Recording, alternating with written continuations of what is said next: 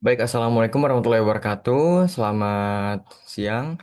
Baiklah, pada presentasi kali ini saya akan menyampaikan rangkuman materi kuliah Cyber Security Management dari pertemuan ke-9 sampai ke-15 ya, yang menurut saya pribadi bukan hanya menambah pengalaman teknis saya, tapi juga membuka pandangan lebih luas tentang pentingnya keamanan digital dalam kehidupan modern dan dunia profesional kita ke depan. Baiklah, selanjutnya di sini ada daftar isi, baik itu dari materi 9, 10, dan seterusnya. Kita masuk ke materi yang pertama, yaitu Cyber Security Management.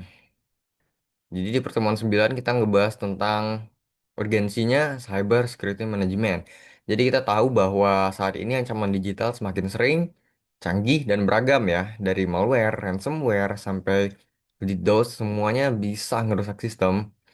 Jadi nyebabin kerugian finansial ya, bahkan menghancurkan reputasi perusahaan itu. Jadi dalam kondisi seperti ini, keamanan cyber bukan lagi pilihan, tapi keharusan sih menurut saya. Apalagi kalau kita semua sekarang ini berbasis cloud ya, seperti Google Drive, terus seperti CapCut pun kadang kita mengedit proyek bisa menggunakan cloud, terus ada kayak penyimpanan akun, dan transformasi digital juga di situ kan. Jadi dari sini saya berasumsi bahwa cyber security itu bukan cuma urusan tim IT aja, tapi bagian dari strategi utama perusahaan, seperti yang saya jelaskan di video tadi. Kemudian pada pertemuan selanjutnya kita membahas mengenai cybercrime ya dan legal aspeknya menurut Undang-Undang ITE.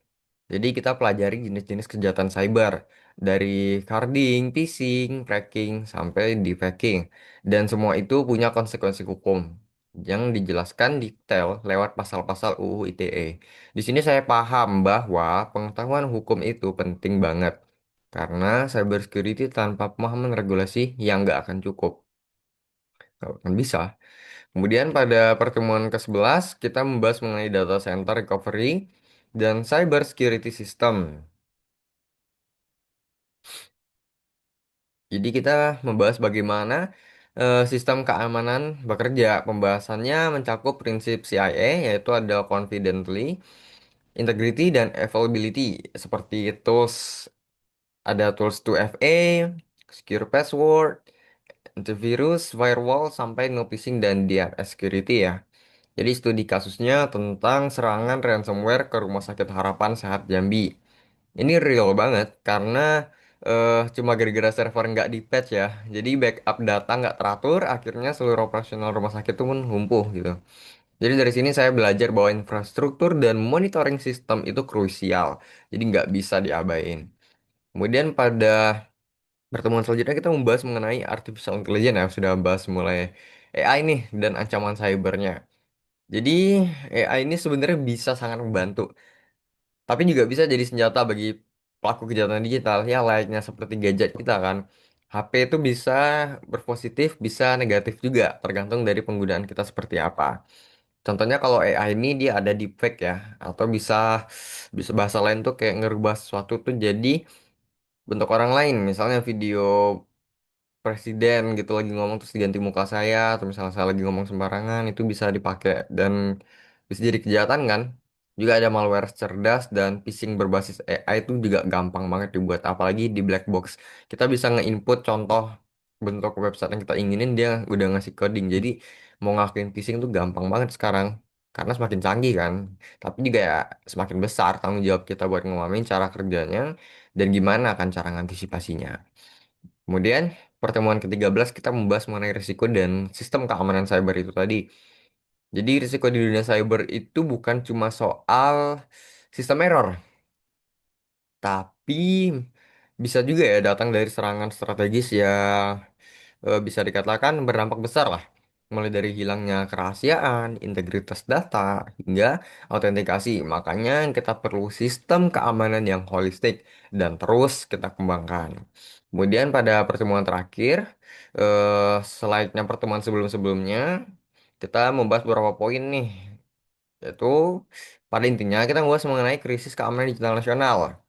Jadi pada pertemuan terakhir ini kita dilihatkan tugas-tugas atau kasus-kasus seperti kebocoran data PDN, NPWP, ASN, bahkan sektor perbankan dan e-commerce ya. Jadi metode serangannya itu pun beragam, mulai dari ransomware, phishing, DDoS attack, sampai ada social engineering. Menjadi PR besar buat Indonesia adalah infrastruktur yang belum siap, kemudian kesadaran masyarakat masih rendah banget, dan regulasi yang mungkin belum terlalu efektif. Tapi kita juga dikasih peta solusi, mulai dari edukasi, penguatan sistem, sampai membangun ekosistem keamanan digital nasional. Tujuannya apa? Ya, Indonesia ya berharapnya bisa jadi negara yang tangguh dan lebih aman secara digital. Untuk urusan yang lain ya. Kemudian terakhir, kata penutup dari saya, eh dari semua materi ini, saya pribadi itu dapat satu kesimpulan besar. Jadi cyber security itu bukan cuma tentang teknis, tapi kita membahas juga tentang strategi ya, tentang regulasi, tentang tanggung jawab. Jadi saya percaya kalau kita semua punya kesadaran komitmen, keamanan digital bukan hanya bisa dicapai, tapi juga bisa dijadikan kekuatan nasional. Baiklah, semoga ilmu yang Pak Bambang berikan kepada kami dan terkhususnya saya bermanfaat dalam penerapan saya sehari-hari. Baiklah, terima kasih atas perhatiannya, Pak. Assalamualaikum warahmatullahi wabarakatuh.